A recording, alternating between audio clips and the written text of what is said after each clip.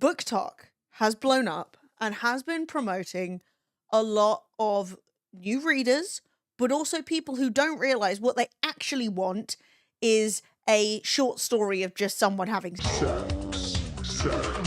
There has been an explosion of, I think, largely bored middle-aged women who have been engaging with books potentially for the first time. And it has really blown up this genre, which does have a lot of like often erotic, spicy overtones or undertones.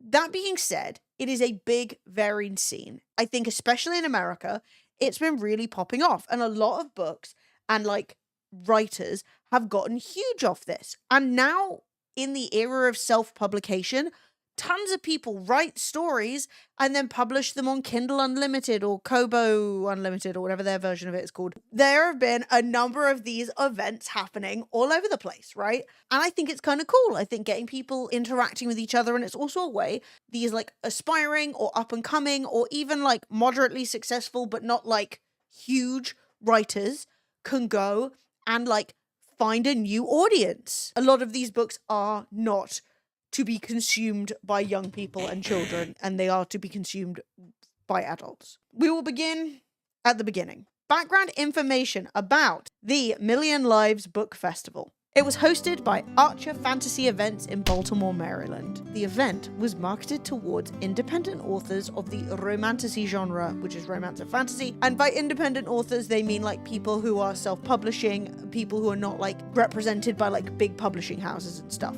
Tickets started from $50 and they went up to $250 for like all of the stuff. The event was reported to be hosting panels, events, swag bags, and most importantly, for the highest tier tickets, the Lavender Romance Ball. Because this is for independent authors, a lot of people there were there to meet people, right? They were there to both engage with their readers and also engage with other authors and like get to know people in the scene. And obviously you also have the opportunity to sell your books. Obviously this video, I will let you know when videos are from after or before. This video is from before the event. It's out for Archer Fantasy around there. But here's the thing, they're having a lavender ball and I don't own anything lavender. So the organizer sent me this. So this is interesting. He obviously reached out, hey, what are we wearing to the lavender ball? Are we dressing in lavender? Is there like a floral theme? Like what's up? And so she sent him like these images with romantasy tropes on them. Why would you call it a lavender romance ball? Because a lavender romance is when a man, a gay man and a lesbian and a gay man get together, especially historically, right, to cover for each other so that they could then be gay in private. Do you know what I mean? The point being, right, he was putting effort into this, and that effort was being reflected back by the organizers who literally sent him this. There was a lot of anticipation about how many people would attend. Now, this is the first video that is from the event. A Million Lives Book Festival. This is where you would come down the escalator and you walk into us, and this is what you'll see. Rose and... Excuse me, what the fuck? I feel as though this is very end of the world vibes. It's very sparse. It's very bright. I think it has some charm. I just don't think that it is a charm that meshes well with a romantic book theme. I think it feels more like a UN meeting. I don't know if you get the vibe there, but this woman who has made a video, she does not work for the event. She's at the event. The event is, I guess, open, and there is hardly anybody there. And she's saying, hey, when you show up, we're here for you. We're ready. Come on down. The setup that they originally organized, like the layout, did not pan out because it turned out that it was not suitable. Like it wasn't, the venue itself did not okay the floor plan, which is weird because that's like one of the things you do with an event is you get the floor plan okayed. So they told everybody where they were supposed to go, and then on the day they all showed up and just had to go into random spots because none of the layout was there, which also meant that if people were coming to specifically meet and find you, they couldn't find you because the map did not line up with what was happening. So I think that on its own is kind of a mess. Here's what really went down at the the Million Lives Book Festival. I flew from Florida, booked 4 full days of childcare because my husband's a pilot. I used 2 of my PTO days, which I normally reserve for when my kids are sick. And even though I lost my voice, I showed up and gave it my all. But babes, what happened next? Pure chaos. Red flag number 1. The night before, there were rumors going around that there might not be any tables. So we packed a table and some tablecloths just in case, because some of us were thinking that we might have to set up on the floor. I don't know what is going on, but the fact that there's even the rumor that there might not be tables is insane. It's one thing to get somewhere and be like, oh, this is not fulfilling my expectations, but people must have known this shit was fucked. If they were like, I don't know, we might be on the floor. She had security, but the security guards didn't have any way to verify if anyone should be let in or out. And I guess maybe she told them just to let everyone in because there were no wristbands, no badges, no identification, nothing. They would just let people in, including our paid assistant. She said, oh no, it's okay. She knew all of our faces. What? And that the badges had been shattered, all of them. 1, no they didn't. 2, if they did, go and get a printer and print out some stickers. Go and buy some stickers. Just something to let security know you're supposed to be there. A lot of people's girlfriends are in there. Do you guys have like water or snacks? And she goes, oh, the snacks, they were like the convention center lost the boxes that had all the snacks and the swag bags. And I'm actively working on finding them and getting them to you guys. You can't access snacks. Drive anywhere. Buy some multi-packs of crisps. Buy some boxes of friggin' Nutri-Grain bars or whatever else. At this point, we already knew that the ball was going to be a disaster and we were ready to miss it.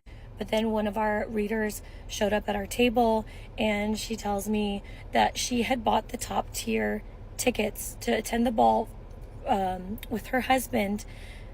Like literally she bought the top tier tickets. Like I'm a streamer, right? If I went, hey guys, if you want to come meet me, I'm going to be at this event. I would rather tell you because then you can come and meet me, right? Obviously, if I said, hey, come meet me at some bullshit at the NEC in Birmingham, then you come meet me and the event sucks. We could both laugh and say the event sucks. But, you know, a lot of the time the tickets to these events are not 200 friggin' pounds. I don't know. It's super steep. Insights from a sponsor. Because this story starts 18 months ago. I got in because a lot of my friends were going too. I knew a lot of people attending. I scheduled my uncle-in-law's funeral around this event. No! I even paid. She planned a funeral and a pregnancy around this flop-ass event. But I had not seen any advertising on behalf of the management company. And I looked up a lot of these authors and a lot of them were brand new on the scene, fresh new indie authors.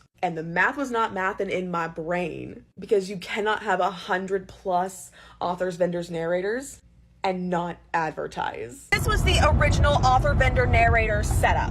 I was number 2 over here. All my friends and other authors and vendors that I knew were also on the same row with Right there. If that's where you come in and she's number 2, ooh, love that. me. So I was so jazzed to be with my friends. When we got into the convention center, this was not the setup. This wasn't gonna fly with fire code. So this was all completely different. So the vendor hall opened at 10 a.m. and the attendees started rolling in. But keep in mind, this is Friday, so this is a VIP only event. So only the people who paid for either the Cloud Walker or the Dream Walkers could come to this event. Y'all, there were maybe 30 people. And this was an all-day situation. That is so awful. The idea that you've got like 100+ writers, audiobook narrators to come and sit down for a whole day and there is nobody there is psychotic. At that point, you say, hey, VIPs, we're going to refund you some of your money because we are going to make the first day open to everybody. We had our lunch break at noon, and to announce the lunch break, the event organizer walked into the event hall and just screamed that we're taking a lunch break. Food! Also, we didn't have badges.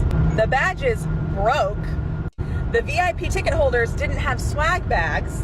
The swag bags were thrown away by the convention center. When you registered with a wristband. For both authors and attendees at the same wristbands. Okay, so you've asked all these sponsors to give you stuff, and then you put the stuff somewhere so unlabeled that the convention center just threw it away. Throw this in the trash. If you are renting a convention center and you are one of the main people there, like that looked like a big space, how are they just picking up your stuff and throwing it away? The great thing about a convention center is they do this every fucking day. It's the difference between some sketchy Airbnb and a hotel. They understand a swag bag. They know about queues. They have a PA system. Like, the fact of the matter is, everything is there.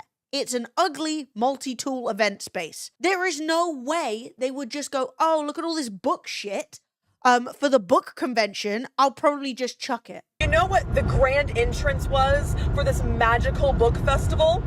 This is it! It's one thing for it to be ugly when you enter. That's what she said. I think it could have been a bit more clear as to where the front is, but like, this is not the dentistry convention. You know what I mean? And you're hosting a ball there. You've set an expectation and then you fulfilled none of it. A not safe for workplace issue at the festival. Decorations doubled, so did the attendance. We went from 40 to 80. No! Some people were told they could bring their kids and did. And I'm talking babies, toddlers, middle schoolers. And some authors were told that it's perfectly fine to display their not safe for work spicy art prints. So you got some art with, frankenbeans and tater tots out. No! Some vendors had lovely crocheted male appendages that were for sale. Who wants a crochet cock and balls? I don't know. This isn't even a difficult solution. It is not difficult to put the NSFW stuff in an area and say, this is where the spicy stuff is happening. No kids from this point. No kids allowed. Somebody sent this to me. This was the guy who was moderating our panel. You know who he is? This is her husband. Now, why would you send your husband to moderate the BIPOC panel when you have nothing to do with the industry? The more things people send me, just the wilder this gets. Bakerton Bible Church, as opposed to the non-biblical church, eh? I don't think that it is necessarily appropriate to have a white person host or moderate that panel. Like, I don't think they're going to be sensitive to the kind of things that they need to be sensitive to when hosting a panel like that. Maybe you could have a real professional who really is good at moderation and has hosted many panels in the past, but just some random church-ass white dude not in the industry, doesn't know anything. What the fuck is he doing there? We're getting to the ball portion. Okay. Performing at a fantasy ball versus... Okay, that looks fucking nice.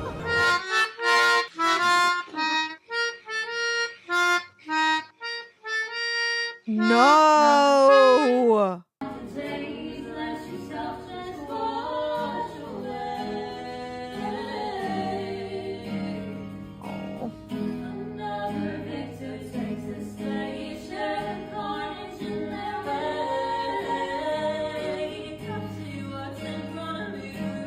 Boy, they tried. They tried. They're clearly really talented and passionate. And so if you had given them the things they needed to perform, that could have really turned the day around for a lot of people. You know, if you walk in and you're like, oh, this isn't really what I was hoping for, but you get to meet some talented writers and you get to see a cool performance, maybe there would be some aspect of it that would turn it around. But like, every single step has just been sabotaged. Like, no sponsor stuff, nothing has been fulfilled. Okay, the Lavender Ball. Strap in.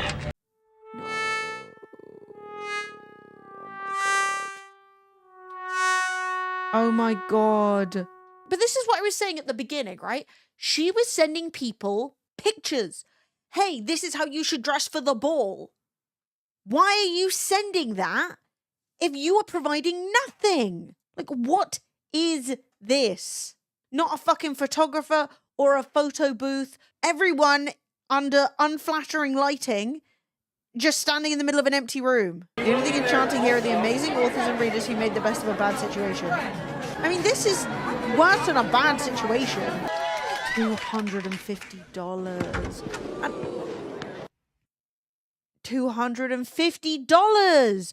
$250 in gown money to go and stand in this room that you've been in all day. Look at the ball.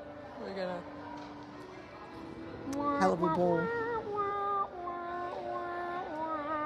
So sad. Our DJ Steve, the JBL speaker. One JBL speaker on a chair. Paid $10 for my glass of wine. And how much did you pay for yours? Was it $13? $13. I don't think that I'm going to be in the October event. I'm going to pool. I'm going to get my money back. It's not worth my time to be doing this again. It is not worth your time. Yeah, this was something. The wireless speaker was donated by a sympathetic security man who went home to get his personal speaker. This ball. No, not DJ not Steve. He gave more of a fuck. He cared more than the organizer did. Like, she couldn't give a hoot. Okay, so this I did know. The organizer did make an apology. I am wanting to issue a formal apology. I do understand that the ball tonight was not set up to standards. There were a lot of issues with getting set up, and it was not set up well. There were a lot of issues getting set up, and it wasn't set up well. I mean, what did you try to do? Because what I saw was nothing. It's not a case of you walked in and you saw a bunch of decorations sat on the floor that never made it up, right? It's not a case of, oh my God, the sound guy we paid hasn't shown up. Nothing was happening. There was no mad scramble to get everything put together. I want to apologize. If you would like a refund, please contact me and I will issue a refund immediately. I don't know what you're supposed to take from that. I mean, it's obviously scripted as much as 30 seconds of talking can be. If you turn around and said, we actually hired somebody to decorate the space and they just didn't show up, but like you didn't say anything. Events can flop. Things can go wrong. But what we saw there was like a catastrophic lack of planning. There was nothing to fall apart. And what's frustrating is that a lot of the people that she was working with were like professionals. They want this to go well. You are not fighting with a community who can't be fucked. I would genuinely say, yeah, it felt like completely negligent because there was nothing to go wrong because there was just nothing there. What makes a ball a ball? At what point have you just put people in a room? Like, if there is no lighting, no music, there is some food, there is a paid bar that's just part of the convention center. Like, at what point is that no longer a ball? Don't start hosting events. If you're thinking about doing it, stop immediately.